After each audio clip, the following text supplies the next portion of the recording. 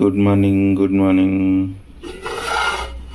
ఏదో చట్నీ చేసింది, వేడి లంచ్కి అయితే స్టార్ట్ చేసిన. లంచ్కి కొంచెం రొయ్యల కూర అండ్ కొంచెం కొత్తిమీర పచ్చడి తీసుకున్నా. దోశల మధ్యాహ్నం అయితే వీలైనంత ప్రయత్నం చేస్తున్నా, కానీ ఆయన వెయిట్లో ఇది రత్నదీప్లో అయితే వీడియో నైట్లో ఈ ఒక బ్రెడ్ ఆ బ్రెడ్ మీద ఇప్పుడు నేను దోశలు వేసుకొని ఇంకొక బ్రెడ్ పెట్టుకొని అయితే తినేసిన. ఇక గుడ్ నైట్ ఫ్రెండ్స్. ఇది లాస్ట్ ఈ రోజుకి. ఇంత గట్టిగా ఉంది కదా, కొన్ని వాటర్ పోసుకొని ఉప్పు వేసుకొని కలుపుకొని ఇక దోశలు వేసుకోవడం.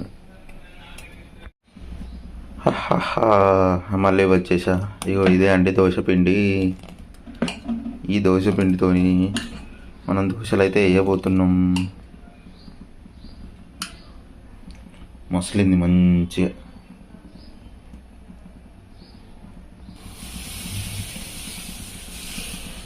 అలా అలా అలా మెల్లమెల్లగా తిప్పుకొని మంచిగా పులిచినట్టుంది. నిన్న మార్నింగ్ పట్టి పెట్టిన కదా. ఎలా వేయచ్చింది ఫ్రెండ్స్ దోశ? బాగా వేసానా చెప్పండి. చూసారా దోశ ఎలా అయిందో?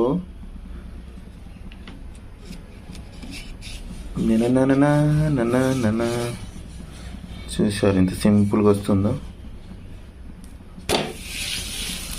వావ్, ఇలా మంచిగా కాలాలండి. ఇట్లా కాలితే సూపర్ టేస్ట్ ఉంటుంది. Good morning, good evening, good afternoon, good night అందరికీ హాయ్. ఇక పాలు అయితే తోడు పెడదామని అయితే 2 పాల ప్యాకెట్లు ఈరోజు అయితే ఫుల్ క్రీమ్ తీసుకొచ్చిన. 10 రూపీస్ ఎక్కువ రెగ్యులర్ తెచ్చేదానికంటే.